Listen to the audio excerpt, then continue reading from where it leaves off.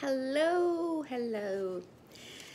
I'm back, and we are on chapter 9 of Curse of the Ancients, which is book 4 of the Infinity Ring series. This is by Matt Delapine. So in the last chapter, Sarah had just been kind of captured, these guys, and they wanted her to show them the device. So that's where we're at. Chapter 9 is called The Comeback Kid. Dak had been dreaming for what seemed like days, and it was all one continuous dream. He had fallen into a deep well by his parents' house, and now he was slowly trying to climb out. But he could only climb a step at a time because he had dug out each new handhold in the soft rock with a set of keys. He dug for hours and hours with the sharpest key, one of the keys that opened his parents' secret lab, and then he tested the sharp, carved-out gap with his fingers. If it were deep enough to get a good grip, he would pull himself up, shoveling his foot into one of the holes he'd previously dug. Every once in a while, there would be a voice above him. He couldn't see because the sky was pitch black, but he didn't need to see it to know whose voice it was. He had been listening to Sarah blabber all of his life. She spoke to him about their mission, her worries, but she also read him the Mayan riddle over and over to the point that he now had it memorized. But something was changing about his dream now. He was no longer digging handholds with his lab keys. He was using the keys his parent had given him when he had seen them in 9/11 France, and the hole above him was growing lighter, like morning was taking over the sky above the well. And the voice calling to him was no longer Sarah, but someone else, a different girl. And soon Dak found himself right up near the top of the well, and this new girl, who wasn't Sarah, reached for his hand and lifted him up into the light until he fell over the lip of the well and opened his eyes, shouting, "I've got it! I figured out the riddle!" "What?" the girl said. So all of that was happening, and was really Dak unconscious since that roof fell on his head. So that was kind of his unconscious, how he felt like what was happening the whole time he was asleep. He was startled to find himself not on the ground beside a well, but in a dingy cave in the faces of two strangers hovering above him. One of the faces, the female one, belonged to the girl he remembered from the Mayan hut that crumbled in the storm. He winced as the memory of the falling wall flashed through his head. The other face belonged to an old wrinkly dude who had a bunch of feathers sticking up around his dome. "Dak," said the girl, "can you hear me?" Dak sprang up in a seating position and looked around. He was behind a hanging blanket, surrounded by dozens of flower bouquets and plates of food. "Where am I?" he demanded. "You're awake," the girl said. Then she turned to the feather dude and shook. "He's awake," shouted. "You should remain laying down," the man told Dak, but Dak wasn't in a laying down kind of mood. "Where's Sarah?" he demanded. "And Rick? What'd you do with my friends?" "They're both down in the village," the girl said. "You were knocked unconscious in my uncle's hut. People carried you here so you could rest, and our healer could take care of you." She pointed to the man next to her. "This is Jawsaw, and I'm Kaisa." Dak rubbed his eyes and looked all around, the back of his head throbbing. "And do you see all the gifts around you?" the girl asked him. "Tough to miss," Dak said, stretching out his stiff neck. "They are from the people of my village. If it weren't for you, I don't know what would have happened to my cousin." "No need to toss roses," Dak told her, his thoughts finally clear. "That's just the sort of what I do, Kaisa." "What do you mean?" "I save lives." The girl didn't even crack a smile. "Well, we're all very much in your debt." Dak shrugged and reached down for what looked like a hunk of good old American cheese.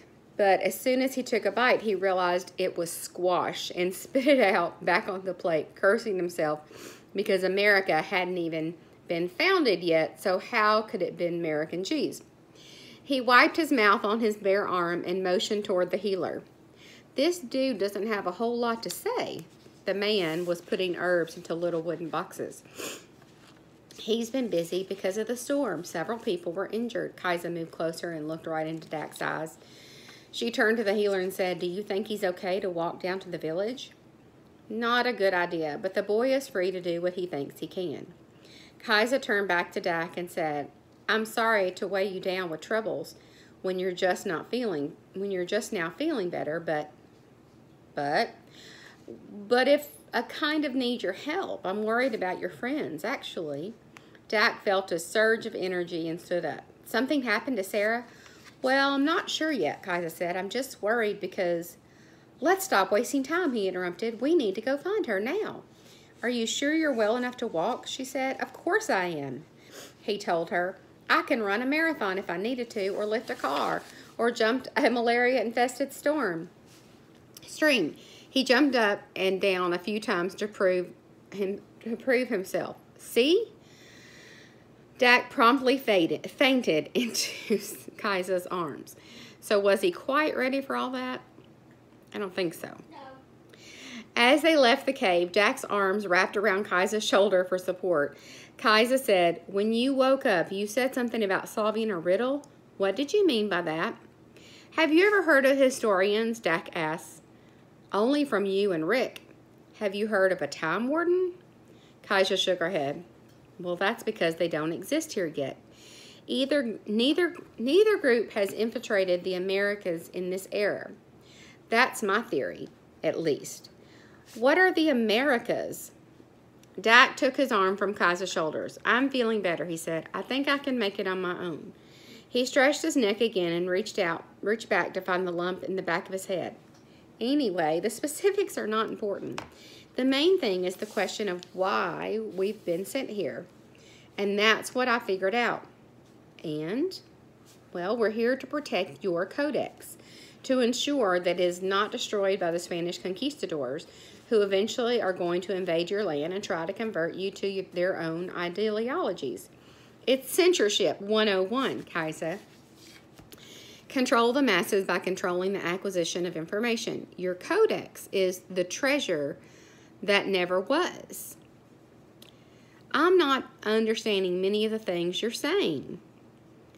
It's not important, my fair lady. The point is, there are no historians in Mayan territory. Therefore, there is no one here to properly secure the codex, which I believe is a very important document. Enter myself, Sarah, and Rick. There needs to be a historian here. There needs to be an historian here then, Kaisa said. "Preaching to the choir, my friend, preaching to the choir. But this is exactly why I came for you. I came for you, Dak. Some men showed up in the village today, and Ithic, my man, Itchy?" Dak interrupted. "How is that guy? He never calls, he never writes." "Well, he's well," Kaisa said, flustered. "Ithic believes they only want to study the codex, but I'm afraid they have come here to take it for their own. The people from Calamo believe that they have a right to anything they want." Dak stopped and turned to Kaisa. "Trust me, we're not going to let that happen." "Good," she said. They walked halfway down the lush tropical path before Dak heard voices. He stopped again and held Kaisa back by the arm. He put a finger to his lips as a sign for her to keep quiet, and then he crept up the path a few more paces until he had an unobscured view of a short, squatty man who kept peeking back over his shoulder like he was acting like a lookout man. Dak crept up a little closer and saw the heads of two others in the bushes, a man and a girl with brown hair. Dak's heart jumped up in his throat. The man was holding a knife to the girl's throat, and the girl was Sarah. And the lookout man was holding the infinity ring. It was like a big deja vu moment. Last time he had sprinted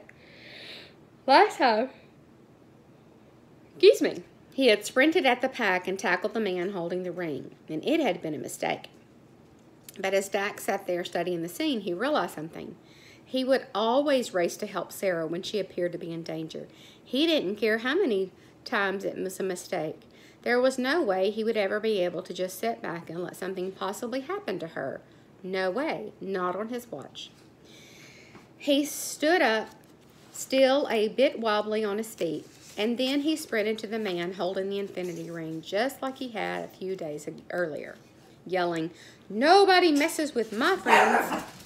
Only this time he sidestepped that man at the last second and plowed into the man holding a knife to Sarah's throat.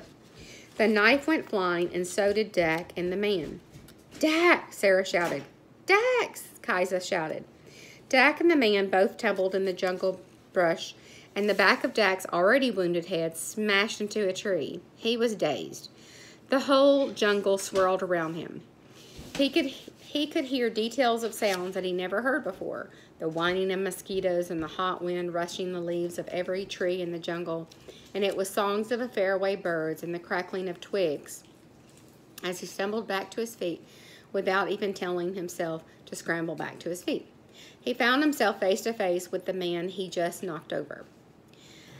The man was grinning. "Glad you could join us," he said.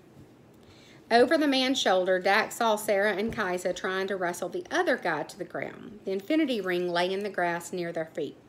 He lunged for the man again, but the Mayan stepped to the side and threw Dak to the ground. He looked up at the man, who was still grinning, knowing Dak was no match, especially in his current physical condition.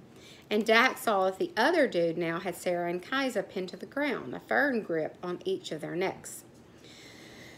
It was over. The man in front of Dak stepped on Dak's back and told his friend, "Release the younger girl," he said. The man did, and Sarah stood up, looking very hesitant. "Dak," she said, "are you okay?" "Well, technically not at the moment," he said, pointing at the man standing on him. "But yeah, I'm no longer bedridden. What's going on here?" "I'll tell you what's going on," the man above him said. "We've come here to retrieve a local codex, but we've stumbled upon something potentially even greater. This metal thing your friend has. Our king, Kukom the Great, will be very happy," the other man said. "He'll be even more satisfied when we understand how to use it." The man standing on Dak reached down with his obsidian knife. He dug a knee into Dak's back and held the knife to his neck.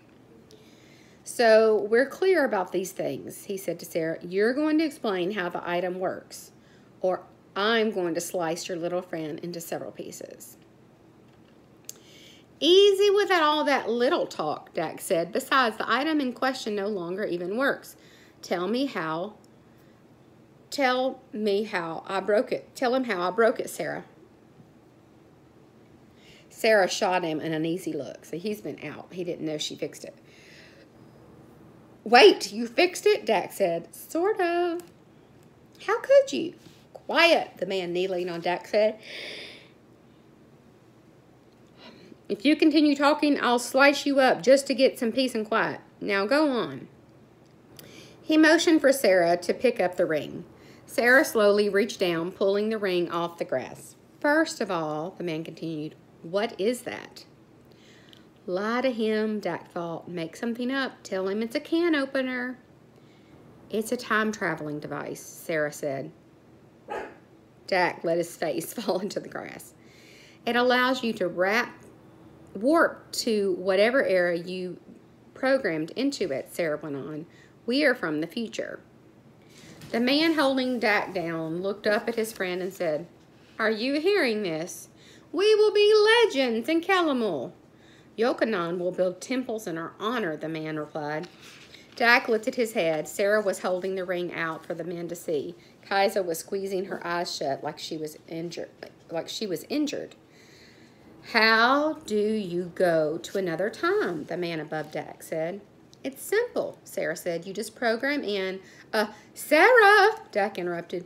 "Maybe a little less detail." "As I was saying," Sarah said, keeping her eyes on the man, "you just program in your desired year and geographic location, and the machine will take you there. But there's a catch." And what's that? The machine will not work unless the three of us, she gestured to herself, Dak, and Kaiser, are in physical contact with it. It is programmed to respond only to our DNA. Is that true? No. The squat man looked at his friend. What is DNA? Kaiser began humming in a strange way, like it was helping her manage her pain, and her eyes were still squeezed shut. The other guy shrugged. Who cares? Let's just take the machine and get the king worry about it from there. DNA, Sarah said, is a nucleic acid that contains the specific genetic code for each unique organism. In other words, it's a way to decipher that you are you and I am I. No two people have the same DNA. And the machine, as I've already explained, will only work if it's in direct contact with the DNA of all three of us. The girl is deranged, the squat man said. Oh, I disagree, the man above Dak said. In fact, she's given me an idea. If this thing needs something from each of them in order to work, then we simply cut off a hand from all three of them, and we'll bring it back to Colomon, the Codex, this machine, and three hands. That's genius, the other man said. Dak's captor brought his obsidian knife down to Dak's wrist, and he began a sawing motion. Dak screamed, Dak, Sarah shouted. But the man kept sawing, and Dak was pinned in such an awkward position he couldn't even move. And then suddenly the man began shouting, no, please. What? And he let go of Dak and hopped off. The other man was shouting too. Dak twisted around to see what was going on. He spotted a few large snakes slithering out of the dense jungle foliage. Their tongues whipped around the outside of their mouths and then stuck back in. Dak and Sarah both started screaming, and Kaiser just lay there, cringing in pain. But an odd thing happened. The snake slithered right over Kaiser. They appeared to be converging on the two Mayan men, ignoring the kids entirely. It's witchcraft, cried the man with a knife. Run, yelled the other. As soon as the men disappeared into the trees, the snakes dispersed. It was hard to tell whether they were in pursuit or simply passing through. Dak staggered to his feet, holding his wrist. What just happened? Sarah pointed to Kaiser, who was now sitting up. Did she just save our lives? Dak looked at Kaiser, who was fringing the locket. Oh, she's the snake charmer. Dak looked at Sarah, who was fingering the locket around her neck. Sometimes I come out here when I'm bored and I hum to them, but nothing like this has ever happened. Dak turned to Sarah. Dude, it's like she's one of those guys who plays the flute or whatever and gets the snakes to dance around.